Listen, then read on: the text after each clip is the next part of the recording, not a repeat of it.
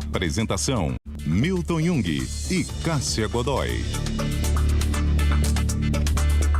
Bom dia a você que está na quarta hora do Jornal da CBN, edição desta segunda-feira, dia 21 de agosto de 2023.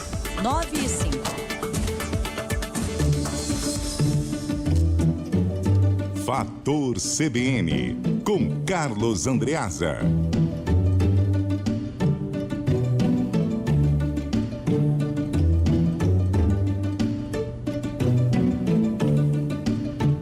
Muito bom dia para você, Carlos Andreasa. Bom dia, Milton Jung. Bom dia, queridíssima Cássia Godoy. Meus queridos, como vão vocês? Tudo certinho por aqui. Bom dia, Andreasa. Andreasa, nessa história aí das joias do Bolsonaro, temos versões e contraversões. Entenda como quiser, mas é o que temos, né? É o que temos. Milton, eu estou dedicadíssimo a esse caso, intrigadíssimo, mergulhado nas versões. O César Bittencourt, falamos aqui na sexta-feira sobre isso, né? E acho importante continuar com atenção nesses movimentos.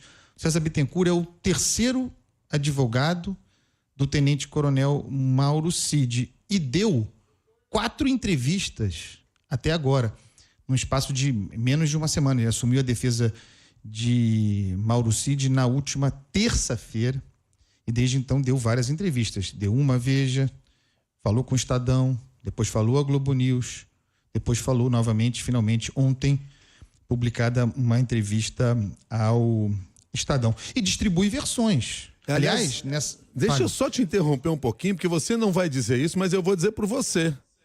Porque quando nós conversamos aqui na sexta-feira, você alertava para o que viria à frente.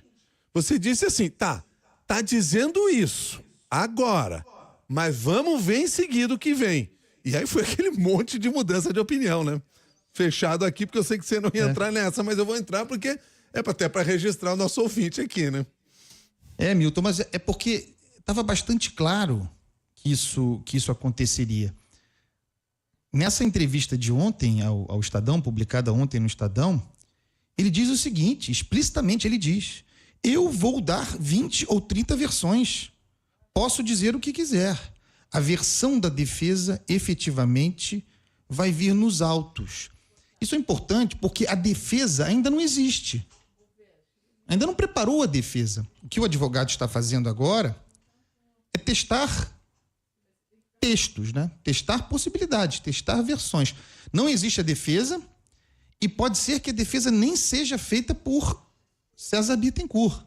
Aquilo de que falávamos na sexta-feira. E não sendo César Bittencourt mais advogado de Mauro Cid, eu apostaria nessa possibilidade, se eu apostasse, que não será por muito tempo advogado de Cid, toda essa discussão produzirá efeito nenhum. O efeito já está produzido desde sexta-feira, aliás, desde quinta-feira, com todas as expectativas geradas. Manda recados, distribuindo recados, com um elemento só constante: a preocupação com o pai de Mauro Cid. Ele é advogado de Mauro Cid, mas a grande preocupação do seu cliente, com quem ele teve, segundo eu entendi, até agora 2 vezes somente, Mauro Cid está preso, a grande preocupação é com o general Lorena Cid. Havia um outro elemento curioso, há um outro elemento que evolui, que é uma espécie de desprezo por Bolsonaro. Inicialmente havia um desprezo por Bolsonaro.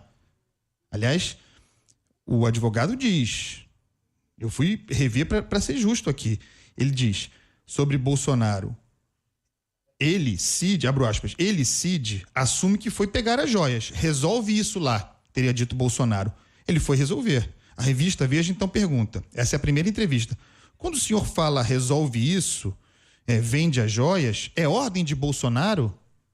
Aí o advogado diz, é. Então ele deixa claro que Bolsonaro é um mandante nessa história. E foi, aliás, dessa mesma entrevista, a Veja divulgou os áudios explícitos sobre a pretensão, de novo, a pretensão de seu cliente confessar.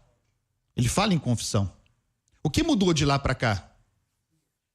Mudou que o Supremo determinou a quebra de sigilo bancário e fiscal, as quebras de Bolsonaro e sua esposa, Michele Bolsonaro. E houve também, admitida por todas as partes, isso não é um problema em si, mas é um fato, houve uma conversa entre os dois advogados, entre César Bittencourt e o advogado de Bolsonaro. Depois disso, fato, as versões começam a mudar.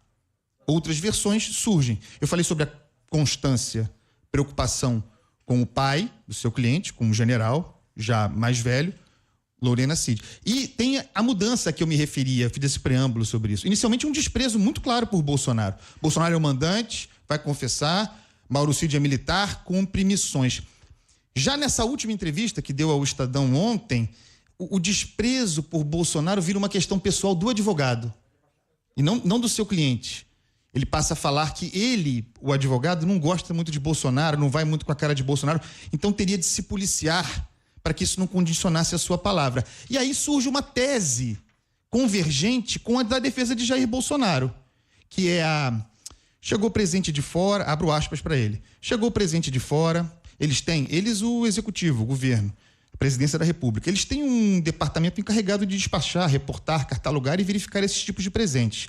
E tem dois setores, o público e o privado. O encarregado-chefe desse departamento, que sequer o Bolsonaro conversa, é o advogado de Mauro Cid falando. Aquele que dizia que Bolsonaro era o mandante. Que sequer Bolsonaro conversa, vai lá e faz a catalogação. O camarada lá.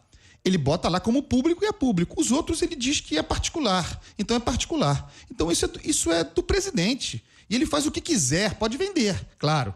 Caso tenha acontecido um erro, deve se apurar juridicamente. Mas isso aí tem um problema, tem um erro de direito, pode ter sido induzido a erro, pode acontecer? Pode. São apenas fatos, tem uma mudança no discurso aqui. E aí, para fechar, essa tese aqui tem um departamento, tem uma dúvida sobre o que é público e o que é privado, o presidente foi informado sem conversar com o sujeito de que seria algo personalíssimo, com que ele poderia ficar, essa versão convergente. Mas o problema é, por que se tinha a convicção de que era do presidente, esses conteúdos, essas joias, por que o contrabando? Por que o dinheiro vivo?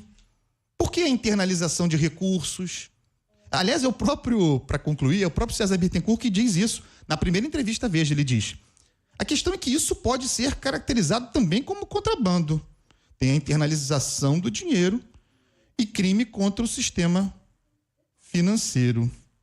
O pessoal fala que essas entrevistas todas do advogado poderiam ser atrapalhadas, erros, equívocos de posição no trabalho e tal. Alguns falam de questões éticas. Pode ser tudo isso. Uma atrapalhada também produz efeito. E eu não acho que, tendo conversado 2 vezes, inclusive depois da entrevista Veja, eu não acho que o advogado continuaria dando entrevista e apresentando versões sem ter o aval do seu cliente. Se ele continuará sendo advogado, é outra história. Se ele fará defesa, é outra história. Apenas fatos aqui, tá bom, pessoal? Um bom dia para vocês. Valeu, muito obrigado. Até amanhã. Bom dia.